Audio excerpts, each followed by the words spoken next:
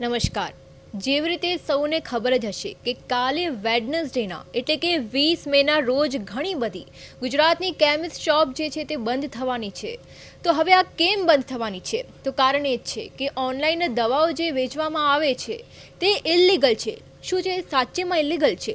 શું કહેવા માંગશો? એકચ્યુઅલમાં ડ્રગ પ્રાઇસ કંટ્રોલ ઓર્ડર મુજબ આ ઓનલાઈન વેચાણ એ ગેરકાયદેસર છે, જેની રજૂઆતો કેન્દ્ર સરકારમાં કરેલી હતી. પણ કોરોના કાળ દરમિયાન 2 ગેઝેટ ડ્રાફ્ટ નોટિફિકેશન બહાર પડેલા હતા કે જેની અંદર ડોર ડિલિવરી કરી શકો એના ઓઠા નીચે આ લોકો ગેરકાયદેસર દવાઓની ડિલિવરી કરી રહ્યા છે.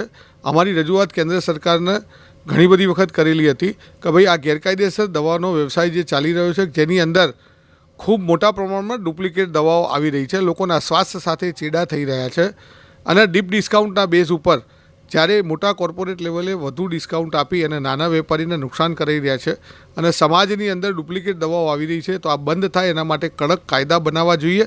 એના માટે અમારી રજૂઆત હતી.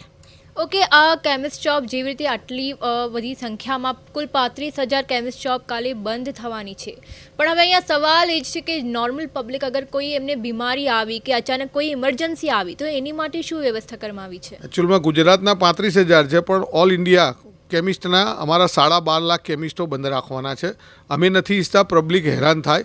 ઇમરજન્સી માટે અમે આમ તો નંબરો આપેલા છે, પણ અમદાવાદ, રાજકોટ, બરોડા, સુરત આવી જગ્યાએ જ્યાં આગળ મોટી મોટી હોસ્પિટલો છે એની અંદર જે કેમિસ્ટ છે એને ઇમરજન્સી માટે અમે ખુલ્લી રહેવાની છૂટ આપી છે.